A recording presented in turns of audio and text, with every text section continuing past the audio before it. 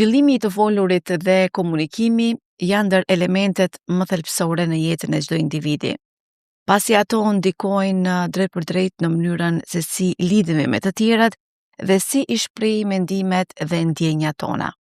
Për të kuptuar më mirë këtë proces dhe për të folur rreth sfidave që mund të hasen gjatë zhvillimit të folurit, sot kam kënaqësinë që të kem në bashkëbisedim logopeden Mirgena Prenishi, e cila në podcastin Shëndeti në rend parë, që është mbështetur nga United Hospital, do të ndaj me ne një huri shumë të vlefshme. Përshëndetje Mirgena dhe mirë se erdhe në podcastin Shëndeti në rend parë. Përshëndetje juve, faleminderit për ftesën. Mirgena, ne e dim që në vendin tonë logopedia këto viteve të fundit ka filluar që të zhvillohet si shkencë, edhe ne si qytetarë të vëdësohemi për rëndësinë e këtij profesioni. Por hajde të japim një uri pak më të përgjithshme qytetarëve, opinionit që na dëgjojnë në këto momente, dhe t'i tregojmë se çka është saktësisht logopedia dhe me cilat probleme merret. Logopedia është fushë specializuar e shkencave shëndetësore terapeutike, e cila për qëllim ka parandalimin, identifikimin dhe trajtimin e çrregullimeve të gjuhës, të folurit dhe komunikimit. Disa prej diagnozave që I hasim më shpesh në punën tonë klinike të përditshme është diagnoza e disfazisë ose vonisës gjuhësore, që prek një numër të madh të fëmijëve tashmë në fëmijërinë e hershme. Një diagnozë tjetër që prek një numër të madh të fëmijëve në fëmijërinë e hershme është diagnoza e dislalisë ose çrregullimeve të artikulimit. Në moshën shkollore, prej diagnozave më të shpeshta I kemi diagnozën e disleksisë, problemeve me shkrim leximin, diskalkulisë, disgrafisë dhe diagnoza të ngjashme. Kemi belbëzimin si çrregullim dhe çrregullime të tjera të mosrjedhshmërisë. Mandej në moshat e rritura, çrregullimet që shfaqen më së shpeshti janë çrregullime të cilat kanë etiologji ose kanë origjinë neurologjike, të tilla si afazia, dizartria dhe çrregullime të ngjashme. Mirëpo, për çrregullimeve me të cilat mirret logopedi, kemi edhe çrregullimin e disfonisë ose çrregullimet e zërit dhe kemi çrregullimin e disfagisë, çrregullimet e gëlltitjes. Atë pas kemi shumë terme të çrregullimeve të ndryshme, të cilat ndodhen dhe ju I hasni tek ata që vinë dhe trokasin tek dera juaj për të gjetur një kur apo për të trajtuar sa I përket të folurit apo zhvillimit të folurit. Pra kryesisht ne flasim për fëmijët, po të rriturit kanë probleme? Në fakt ajo që njihet më shumë për të cilën njihet më shumë në publik logopedia janë çrregullimet e fëmijëve të cilat I trajton, por ka një numër të madh, një numër të konsiderueshëm të çrregullimeve të cilat I kanë dhe të rriturit, çrregullime që prekin pjesën e të folurës. Mirëpo tek të rriturit më shumë I hasim çrregullimet e belbëzimit dhe çrregullimet e mosrjedhshmërisë. Këto çrregullime vijnë për arsye të ndryshme, qofshin shkaktar neurologjik ose shkaktar psikologjik, mandej prej shkaktarëve neurologjik që shkaktojnë probleme në të folur, kemi edhe afazinë, e cila vije si pasojë qoftë të goditjeve në tru, aksidenteve të ndryshme. Kemi dizartrinë, si çrregullim që shfaqet shpesh tek të rriturit. Dizartria është çrregullim që vije si pasojë mos funksionimit oromotorik të aparatit të folurit dhe mandej kemi problematika të ngjashme. Tek të rriturit, çrregullime shumë të shpeshta I kemi çrregullimet e disfonisë, çrregullimet e zërit, dhe kemi çrregullimet e disfagisë, çrregullimet e gëlltitjes. Çrregullimet e gëlltitjes vijnë në masë të madhe si pasojë qoftë nga mos funksionimi oromotorik I aparatit të folurit, qoftë nga gjendje postoperative të kokës dhe të qafës. Domethënë pas operacioneve të ndryshme mundemi me pas probleme me gëlltitjen. Disa prej arsyeve që mundet me çu në probleme me gëlltitje mundet me qenë edhe shkaktarët neurologjik të ndryshëm, që shpesh din me qenë si faktor mosha. Tek moshat e shtyera mundet me ardhë shumë shpesh, mandej I shfaqen edhe problemet me gëlltitje. Aty ku ti vepron, pra e ushtron profesionin tënd logopedisë, a kemi raste të shumta të fëmijëve dhe tek të rriturit që kërkojnë ndihmë? Në fakt, dita e ditës vetë se po shkon duke u shtu numri I rasteve që po kërkojnë ndihmë nga logopedi, ndoshta është kjo për shkak se po shkon edhe duke u rrit ndërgjegjësimi I masës për rëndësinë e logopedisë, për rëndësinë e ndërhyrjes së hershme, sepse siç e dimë në çdo shkencë shëndetësore, në çdo shkencë mjekësore, më mirë është intervenimi I hershëm se sa trajtimi I vonë, patjetër. Mandej sa më herët që të fillon intervenimi, më shumë kemi gjasa që fëmijët të kenë më shumë sukses në të ardhmen, fëmijët edhe të rriturit patjetër të kenë më shumë sukses në të ardhmen dhe prognoza e trajtimit pritet të jetë shumë e mirë. Po cilat janë disa nga shenjat e parë që një prindi vren te fëmia i saj ose i tij dhe duhet patjetër që të kërkojë ndihmën? Po e shpjegoj në mënyrë kronologjike zhvillimin e fëmijëve në mënyrë që prindrit ta kenë më të qartë se cilat janë shenjat e para ose se si duhet të zhvillohet një fëmijë në aspektin gjuhësor, në aspektin tipik gjuhësor. Një fëmijë qysh në moshën 3 muajshe fillon gugatjet e para. Domethënë fillon lirimi i tingujve të parë, ku fëmia në atë mënyrë mundohet të ndërveproj me të tjerët. Në moshën 8 mujore fëmia fillon të artikuloj rrokjet e para. Rrokje këto të cilat janë të pakuptimta, mirë po fëmia e bën me qëllim që të ndërveprojë me të tjerën. Fjalët e para të cilat pritën të jenë me kuptim, pritën të jenë në moshën 1 vjeçare. Domethënë, në rast se fëmia thret mam, të di kujt po i drejtohet, dhe në rast se thret bab, të di për kënd është fjala.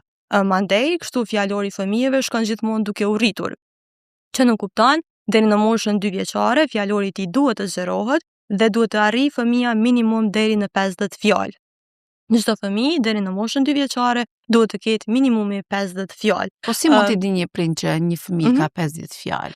Ai për shembull e din nëse i din të emërtoj objektet për rreth tij, për shembull nëse i din objektet e jetës së përditshme, dera, dritarja, dera, dritarja dhe objektet e tjera për rreth tij, di disa prej ngjyrave, di anëtarët e familjes, di të emërtoj ata me emër, njeh secilin prej tyre, ndjek udhëzimet në përpikmëri, udhëzimet 1 fishe dhe 2 fishe, për shembull shko te dera dhe hape derën. Ose udhëzimet të ngjashme të cilat janë për moshën e fëmijës, dhe në momentin që vrehen elemente të tilla që fëmia nuk po inicon një bisedë të caktuar, nuk është interesuar të bashkëbisedojë me të tjerët dhe mandej ka problem në marrjen e udhëzimeve, qoftë edhe me të thjeshta, atëherë prindi duhet të di, do të ishte një shenjë alarmi që të merrte hapin për të dërguar fëmijën te logopedi dhe mandej të shihej nëse fëmia veç ka ndonjë vonesë ose është diçka që mundet me u mbri vetë me kohën.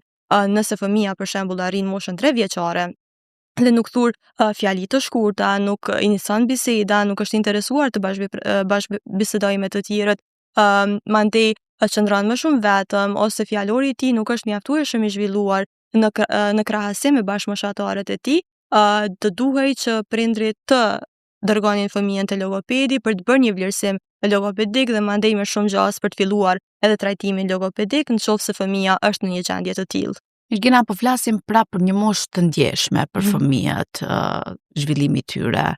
Po kur duhet një prind që ta sjell fëmin tek një logoped? Pra, kur është mosha ideale? Në logopedi mosha ideale do ishte para moshës 2 vjeçare. Pse po e theksoj këtë moshë lidhet me plasticitetin e trurit plasticitetin që ka truri në këtë moshë. Çka nënkupton kupton kjo? Në kupton me aftësinë e trurit për pranuar sa më shumë informacione në fëmijërinë e hershme, sepse siç e dimë ne, në fëmijërinë e hershme truri ka më shumë aftësi të pranoj informacionet, i procesoj ato dhe mandej t'i shpreh fëmia ato informacione të cilat i ka marrë. Kjo moshë për cilën po flasim është mosha 0 deri në 5 vjeç, maksimum 0 deri në 6 vjeç, kur truri arrin potencialin e tij maksimal, mandej gjatë tërë jetës punojmë me pjesën tjetër të trurit. Me pjesën tjetër që na ka mbetur nga zhvillimi maksimal i trurit, çka është shumë e rëndësishme sa më herët që fillohet trajtimi. Domethënë para moshës 2 vjeçare ne kemi raste të shumta që trajtojmë para moshës 2 vjeçare në mënyrë që fëmia të ketë sa më shumë sukses në të ardhmen. Domethënë prindrit të mos presin minutin e fundit, mos presin që fëmia të kalojë shumë kohë dhe mandej të dërgohet te një profesionist. Mandej edhe trajtimi është shumë i vështirë dhe përparimi i atij fëmije pritet që të ndodhë shumë ngadalë ose pritet të ketë më pak përparim. Po si shpjegohet kjo pjesa tjetër që prindrit kemi shumë raste që thonë që fëmia im nuk ka folur deri në moshën 3 ose 4 vjeç dhe më pas menjëherë shpërtheu jo në fjalë, por në fjali të gjata. Ka është një lloj i të themi çrregullim, nëse mund ta quajmë, është late talkers ose falës të vonë, mirë po ajo ndodh në raste individuale. Jo çdo fëmijë që nuk flet patjetër një ditë do të flasë dhe do shpërthej me fjali të gjata, sepse ka raste kur fëmijët prindrit presin me një shpresë që fëmia të fillojë të flasë dhe nuk e dërgojnë te logopedi, mirë po kur e shohin që koha po kalon dhe fëmia nuk po flet, mandej kur dërgohet te logopedi në moshën 4 ose 5 vjeçare, atëherë shohim që është humbur një kohë shumë e vlefshme në cilën kemi mundur të intervenojmë. Kështu që çfarë do ju bëja thirrje prindërve është të mos presin pa pasur një mendim për një profesionisti, pa e vlerësuar një profesionist fëmijën e tyre, të mos presin sepse jo gjithmonë çdo fëmijë është late talker, jo çdo fëmijë është folës i vonë. Ka raste kur fëmia me të vërtet po përballet me një çrregullim caktuar i cili mandej ai çrregullim po ja vështirëson të folurin e fëmijës dhe po i vështirëson që ai të lidhet me të tjerët. Sa ndikon teknologjia, ne kemi në mas të madhe fatkeqësisht numrin e fëmijëve të cilët mbajnë telefon dhe kalojnë një periudhë të kohës së tyre duke shikuar kukulla të ndryshme, videolojra apo këto platformat e fundit që po zhvillohen në vendin tonë dhe kudo në botë. Sa ndikon në gjuhën e të folurit? Ekranet nuk i mësojnë fëmijët të flasin, ata thjesht ndonjëherë ja marrin mundësinë që fëmijët të bëjnë këtë gjë. Po u drejtohem ulumtimeve të fundit që janë bërë në botë nga shkenca e neurologjisë dhe pediatrisë, ku ata bëjnë një lidhje të ngushtë mes shtimit të kohës që fëmijët qëndrojnë në ekran dhe rritjes së numrit të vonesave gjuhësore. Dhe kjo ndodh për shkak të mos ndërveprimit social që fëmijët e kanë në momentin që qëndrojnë para ekraneve. Ndërsa nga aspekti neurobiologjik, në momentin që një fëmijë qëndron në ekrane, atëherë ai fëmijë nuk i ka të stimuluar zonat përgjithëse që janë për të folurin në tru, që nënkupton lobin temporal edhe lobin frontal, që këto zonat të cilat janë përgjithëse për të folurin në tru. Një tjetër aspekt që prek ndjeshëm teknologjia është dhe mungesa e koncentrimit, e durimit dhe vëmendjes që ju merr fëmijëve në momentin që ata qëndrojnë para ekraneve dhe në momentin që një fëmijë nuk ka ndërveprim social, nuk i ka të stimuluar zonat përgjegjëse për të folurin në tru, që janë zona broka dhe vernike, që janë përgjegjëse për të folurit në tru, dhe në momentin që nuk ka koncentrim, nuk ka durim, si të presim që një fëmijë të zhvillojë gjuhën në aspekt tipik të zhvillimit gjuhësor. Prandaj ekranet kanë një impakt të jashtëzakonshëm negativ në zhvillimin gjuhësor të fëmijëve, por jo vetëm në zhvillimin gjuhësor, po në zhvillimin e përgjithshëm të fëmijëve. Pa mund të flasim edhe për një ndërhyrje, pra në momentin që fëmijët qëndrojnë para televizorit, kalojnë kohë të gjata para telefonit, apo në mënyrë që ndikon kjo edhe në mësimdhënie? Patjetër që ndikon në mësimdhënie, sepse çfarë do duhet të ishte edhe një këshill për prindrit jashtë orarit të shkollës, do ishte më mirë që fëmijët të mirëshin me sport, të mirëshin me aktivitete të tjera, qoftë fizike, qoftë kurse të ndryshme, dhe jo të qëndronin para ekraneve, sepse një gjë që ndodh shumë ditëve të sotme, prindrit nuk kontrollojnë kohën se sa qëndron fëmia para ekraneve dhe nuk kontrollojnë as përmbajtjet që fëmijët ekspozohen në ekrane. Dhe në këtë mënyrë fëmijët duke u ekspozuar në përmbajtje të papërshtatshme për moshën e tyre dhe duke qëndruar me orë të gjata para ekraneve, ata do të kenë probleme qoftë në aspektin emocional, do të kenë probleme qoftë në aspektin e të folurit, për shkak se aspekti emocional në shumë raste prek edhe pjesën e të folurit dhe do kenë probleme mandej edhe në mësimdhënie, sepse një kohë shumë e rëndësishme që ata do duhet të ishin duke mësuar, ju shkon duke qëndruar para ekraneve dhe në këtë mënyrë fëmijët do përballen me problematika të ndryshme të cilat mandej do ju shfaqen gjatë jetës së tyre. Hasim tek një fjali. E kam fëmijën hiperaktiv. Apo ndikojnë rrjetet sociale? Një pjesë që ndikon shumë në durimin e fëmijëve dhe mos qëndrimin në vend të fëmijëve shumë shpesh. Sepse u ndërlidha pikërisht me dy termet që ti përdore, përqëndrimi dhe durimi. Sot fëmijët nuk kanë fare durim. Të përqëndruar shumica, nuk flas për shumicën, po disa nuk janë të përqëndruar. Do thotë kjo sepse ata ja takojnë ose përplasen me rrjetet sociale, rrinë aty në telefon, në videolojra, në lojrat e tyre që i tërheqin ata dhe i bëjnë më të bukura për t'i ndjekur dhe për t'i parë deri në fund. Fatkeqësisht ditëve të sotme kontakti i parë që po kanë fëmijët me botën janë ekranet, domethënë teknologjia, televizori, telefoni dhe të ngjashme, tabletët dhe të ngjashme. Arsyeja pse shumica e fëmijëve sot, nëse mund të themi, nuk kanë durim dhe nuk kanë përqendrim, Një ndër arsyet kryesore është përdorimi i tepruar i teknologjisë, koha e gjatë që qëndrojmë para ekraneve. Dhe si mund ta shpjegoj këtë gjë, për shembull, lëvizshmëria e madhe e skenave që është nëpër filma për fëmijë, nëpër filma vizatimor për fëmijë që është tashmë në këngë për fëmijë, i njohim këngë që fëmijët i shikojnë tash, janë Cocomelon, janë filma vizatimor, janë Baby Shark dhe të ngjashme. Dhe nëse marrim dhe i analizojmë këto skena, atëherë për një fëmijë është shumë e rrezikshme për zhvillimin e trurit të tij të qëndrojë për kohë të gjata duke shikuar këto skena. Lëvizshmëria e madhe e skenave që ndodh gjatë tërë kohës në televizor nuk është e ngjashme me kalimin e ngjarjeve në jetën e përditshme, sepse në jetën e përditshme gjithçka është më ngadalt. Gjithçka shkon më ngadale, zhvillohet më ngadale dhe në momentin që fëmia kthehet dhe shikon jetën e përditshme, gjithçka që nuk kalon aq shpejt siç është mësuar truri i tij të shohë që gjithçka kalon aq shpejt, mandej nuk ka durim. Këtu vjen në pa edhe mungesa e përqendrimit, mungesa e durimit dhe të ngjashme. Prandaj durimin dhe përqendrimin e fëmijëve në masë të madhe është duke prekur përdorimi i teknologjisë dhe prandaj prindrit duhet të largojnë sa më parë fëmijët e tyre, sidomos në moshën kritike të zhvillimit të fëmijëve. Në moshën 0 deri në 3 vjeç është moshë kritike e zhvillimit të fëmijëve, zhvillimit të trurit të tyre, zhvillimit kognitiv, zhvillimit gjuhësor dhe zhvillimit fizik. Dhe nëse në këtë moshë prindrit zgjedhin që fëmijën e tyre ta lënë para ekraneve, atëherë është e pritshme që këta fëmijë mandej të kenë pasoja qoftë në zhvillimin kognitiv, qoftë gjuhësor ose fizik. Pa mund të ketë përmirësime nëse i kapim domethënë herët të probleme tek fëmia.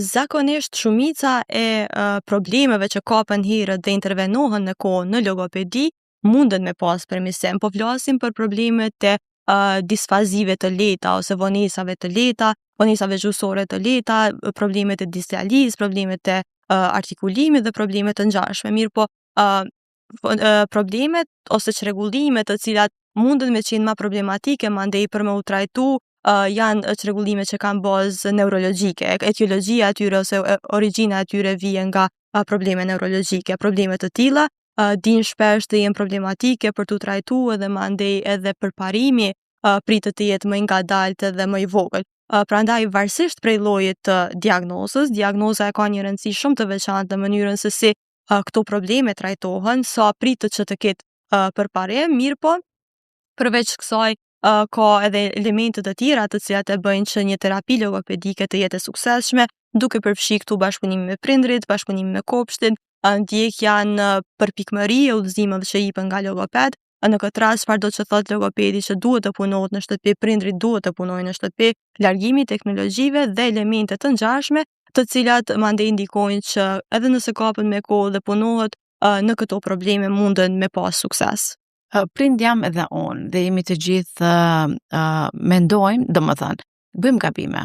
Patjetër. Nuk jemi perfekt, nuk jemi ideal sa i përket edukimit, rritjes së tyre, por kemi frikra. Dhe këto frikrat na rrugtojnë me ne gjatë rritjes së fëmijës. Mos e kemi thënë një fjalë gabim, mos i kemi ushqyer keq, mos qëndrimi gjatë larg nesh është një faj.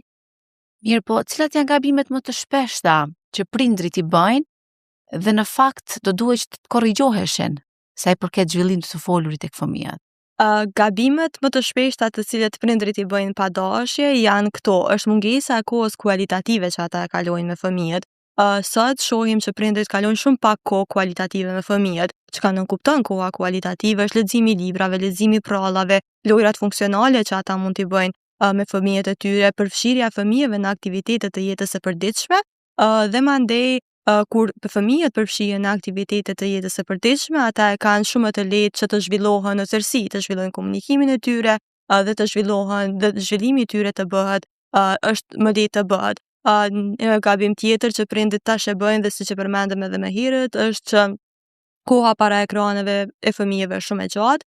Prindrit duhet të ndalojnë ekranet fëmijëve dhe duhet të mirën ata drejt për së drejti me fëmijë, sepse ekrani nuk mund as ta edukoj fëmijën, nuk mund as t'i mësoj gjërat që një prind mund të ja mësoj fëmijës së tij. Prandaj këto janë disa prej gabimeve që prindrit bëjnë më së shumti dhe një gabim tjetër që prindrit e bëjnë është fakti që presin në momentin që vrejnë vonesa gjuhësore ose problematika tjera me të folurin ose problematika tjera të shëndetit presin se ato mos po rregullohen vetë, por në fakt është një gabim që prindrit e bëjnë shpesh dhe mandej kjo kushton në humbje të kohës së kohës së fëmijës, kohë e cila do shërbente për trajtimin e tij.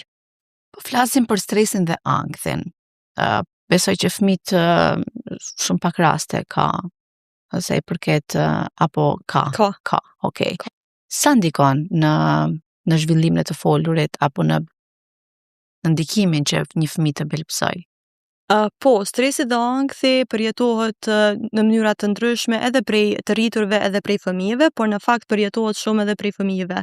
Fëmijët din të kenë stres dhe ankth, dhe kjo mandej prek mekanizmat neurofiziologjik të folurit, që në kupton në momentin që stimulohet zona ose sistemi nervor simpatik në tru, i cili aktivizohet në kohën kur kemi stres dhe ankth, kemi problem në koordinimin mes frymarrjes, fonacionit dhe artikulimit, që janë mekanizma shumë të rëndësishëm që ndikojnë në rrjedhshmërinë e të folurit, dhe në momentin që këto koordinimi mes këtyre mekanizmave për shkak të stresit nuk mund të bëhet ashtu siç duhet, vijem deri tek belbëzimi ose mos rrjedhshmëria, dhe në momentin që fëmijët dhe të rriturit po ashtu kanë probleme me stresin, përjetojnë ankth dhe stres, mandej tek personat që kanë belbëzim, kjo paraqitet në më shumë blokada dhe përsëritje gjatë të folurit. Por nuk ndikon vetëm tek belbëzimi, ndikon edhe çrregullime të tjera që prekin pjesën e të folurit. Mutizmi selektiv është një diagnozë tjetër e cila prek çrregullimet e të folurit, dhe në këtë rast ka raste kur personat bllokohen, flasin vetëm me dikë dhe mandej nuk flasin me persona të tjerë. Domethënë ka çrregullime të ndryshme në të folur që vijnë si pasojë e stresit edhe ankthit dhe problematikave të tjera që vijnë nga shëndeti mendor. Mirjana, ne jemi në këtë moshë ku jemi. Mirë, po si fëmijë e kemi pasur një fëmijëri pa telefona. Të paktën gjenerata ime. Që mund të më thuash për tënden? Paka shumë i takoj edhe unë gjeneratës që kemi qenë pa telefona. Dhe më thënë në moshën kur kemi pas në moshën kritike të zhvillimit tonë para 20 e sa vitesh, nuk kemi pas telefona në përduar, dhe mendoj konsideroj që ka qenë një fëmijëri shumë e shëndetshme se fëmijëria që e kanë fëmijët sot. Për arsye se ne kemi pas ndërveprime të tjera, ne kemi pas shumë ndërveprime të tjera, kohën kritike të zhvillimit e kemi kalu në kopsht, mandej pas kopshtit e kemi kalu me familjar, kemi kalu duke luajtur, duke bashkëbisedu, duke bërë lojra të ndryshme, dhe mandej na është zhvillu, mendoj më shumë edhe imagjinata, kemi pas më shumë durim, kemi pas më shumë koncentrim, kemi mësuar rregullat kryesore të shoqërisë, siç është pritja në radhë, respekti për të tjerët dhe shumë rregulla të ndryshme të cilat janë bazike që një fëmijë të jetojë jetën e tij i pavarur ashtu siç duhet, ndërsa sot fatkeqësisht po flasim, fëmijët sot thash mësuesin e parë kanë ekranin, që është totalisht gabim, dhe mandej kemi problematika që po shtohen dita e ditës si pasojë e kësaj fëmijërie jo të shëndetshme që fëmijët po e jetojnë sot. Në fëmijërinë time e mbaj mend një lojë e cila ishte me lastik. Po, mirë, po sot nuk e shoh tek lagje të ndryshme ose të paktën ato pjesë që unë frekuentoj ose kaloj kohën time, nuk shoh fëmijë që luajnë me një lastik. Ishte një lastik shumë i thjeshtë, mirë po që të merrte bukur kohë, 2 orë, derisa të arrije lartësinë e duhur për ta kaluar lastikun, sidomos kjo bëj tek vajzat, sepse djemt luanin me top. A do t'ishte bukur sikur edhe sot të shikonim një lojë të tillë tek fëmijët? Në fakt, jo vetëm lojën me lastik, sot është rrallë të shohim edhe lojra të tjera në përparqe, sot është vështirë, shumë pak shohim fëmijë në përparqe, sidomos në kohën ne verës kemi qëndru pothuajse tërë kohën në park. Sot verës i gjen fëmijët para ekraneve, i gjen fëmijët të mbyllur në dhomat e tyre duke luajtur lojra që janë shumë të rrezikshme për shëndetin mendor të fëmijëve. Kemi lojra të tilla si Roblox, dhe lojra të ngjashme, ku fëmijët fitojnë në momentin që vrasin dikën në lojë, ose fëmijët ndihen fitimtar në momentin që dëmtojnë dikën. Ne jemi ndier fitimtar atëherë kur kemi fituar lojën, qoftë me lastik, qoftë nëse kemi shënuar ndonjë gol ose ndonjë lojë tjetër. Prandaj lojrat që janë zhvilluar më herët në fëmijërinë tonë janë shumë të ndryshme me lojrat që bëjnë fëmijët tash. Dhe mandej ato lojra, për shembull lojra me lastik, ka pas pa vedijen tonë, por neve na ka ndikuar në përqendrim, sepse është dashur të përqendrohesh në mënyrë që të fitosh lojën, na ka ndikuar në zhvillimin fizik tonin, dhe mandej edhe në zhvillimin kognitiv. Kështu që benefitet që i ka loja funksionale, qoftë loja me elastik, qoftë lojra të ndryshme, që fëmijët mund t'i bëjmë fizikisht, nuk mund t'i ketë asnjëherë këto benefite një lojë e cila luhet para ekranit, një lojë e cila luhet në telefon, nuk i ka benefitet e njëjta. Për shkak edhe një gjë që harrova ta cek më herët, është që fëmijët që qëndrojnë para ekraneve kanë deficit mandej ose kanë jo mjaftueshëm nuk është stimuluar motorika fine, motorika e gishtrinjve, e cila mandej motorika fine gjendet në të njëjtën qendër me të folurën e tru. Sa më shumë që zhvillohet motorika fine, lëvizshmëria e gishtave dhe fëmijët bëjnë lojë fizike, domethënë qoftë vendosjen e shkopave në një hapësirë të caktuar, qoftë lojra të ndryshme, atëherë sa më shumë që zhvillohet motorika fine, kemi benefite edhe në zhvillimin e përgjithshëm edhe në zhvillimin e të folurit. Kështu që mungesa e stimulimit po i bën fëmijët që të kenë mandej këto problematika që po i kanë kësot, qoftë me të folurën, qoftë me koncentrimin dhe problematika të ngjashme. Çfarë duhet të themi prindërve nga ky podcast, një këshill? Të mundohen, unë e di që secili prind mundohet ta jap maksimumin për fëmijën e tyre, por të kujdesen se ku po i marrin informacionet për fëmijën e tyre, kujt po i besojnë fëmijën e tyre dhe të dinë mirë se si ndikon secili element në zhvillimin e fëmijëve të tyre, të dinë mirë se si ndikon ekrani në zhvillimin e fëmijëve, të dinë mirë kopshtet ku po i dërgojnë fëmijët, profesionistët që po i besojnë fëmijëve, edhe të dinë mirë rëndësinë e ndërhyrjes së hershme, rëndësinë e intervenimit të hershëm. Sa më herët që trajtohen çrregullimet, më shumë kemi gjasa që të kemi përparim në të ardhmen. Sa më shumë që i lëmë çrregullimet pa u trajtuar dhe presim se një ditë ato mund të trajtohen vetë, atëherë shpesh dim me përfundu të zhgënjyer për shkak se humbet koha në të cilën një fëmijë ka mundur të trajtohet me shumë sukses. Nëse do donim që t'i dërgoni fëmijët te një lokoped, trajtimi a zgjat shumë?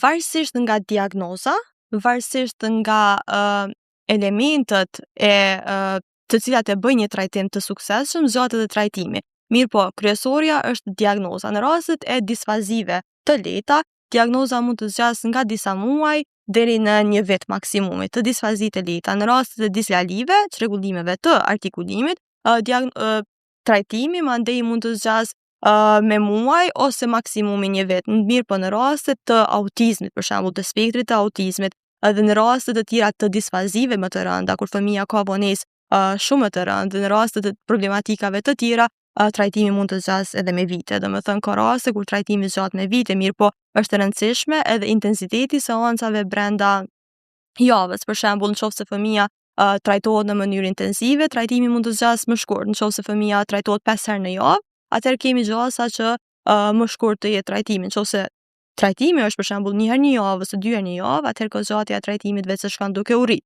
Mirë po, raste të cilat më së shumti trajtimi zgjatje rastet që kanë etiologjia e tyre është me bazë neurologjike, domethënë rastet e afazisë dhe rastet të ngjashme, mandej te këto raste nuk është që rikthehet e folura gjithmonë përfundimisht, domethënë ka raste kur nuk kthehet e folura përfundimisht, mirë po qëllimi ynë është rehabilitimi edhe bërja funksionale e të folurës. Aq sa mund të arrijë personi në fjalë. A shihni të arsyeshme që është një domosdoshmëri e madhe që në shkollat tona të kem një lokoped? Është shumë e arsyeshme, mandej do duhet të ishte obligative që secila shkollë të kishte logopedin e tij.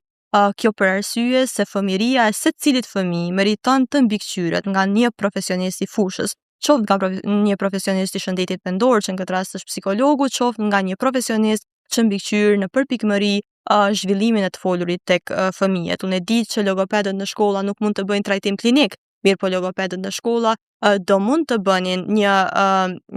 bënin ftesë për prindrit që të dërgonin fëmijët mandej te një logoped për trajtim klinik.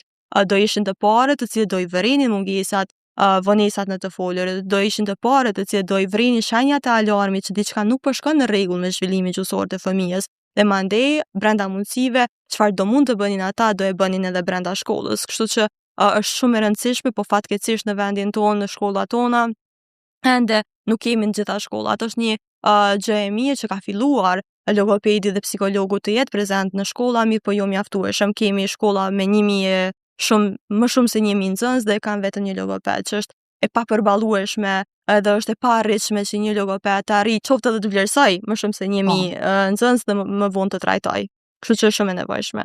Mirgina, unë falenderoj shumë që gjetët kohë për të ardhur në podcastin tonë Shëndetin Rend Parë, me shpresë që ne do të kemi diskutime të tjera sa i përket problematikave tek mosha më e ndjeshme, siç janë fëmijët, për të trajtuar tema shumë të ndjeshme dhe shumë të rëndësishme për gjithë opinionin, sidomos për prindërit. Faleminderit juve, ishte kënaqësia ime të jem bashkë me ju këtu. Shikues nderuar, ishte ky podcasti Shëndeti Rend Parë me logopeden Mirgina Preniqi, ne do të shihemi në podcastin e radhës. Mirëmbëjtje.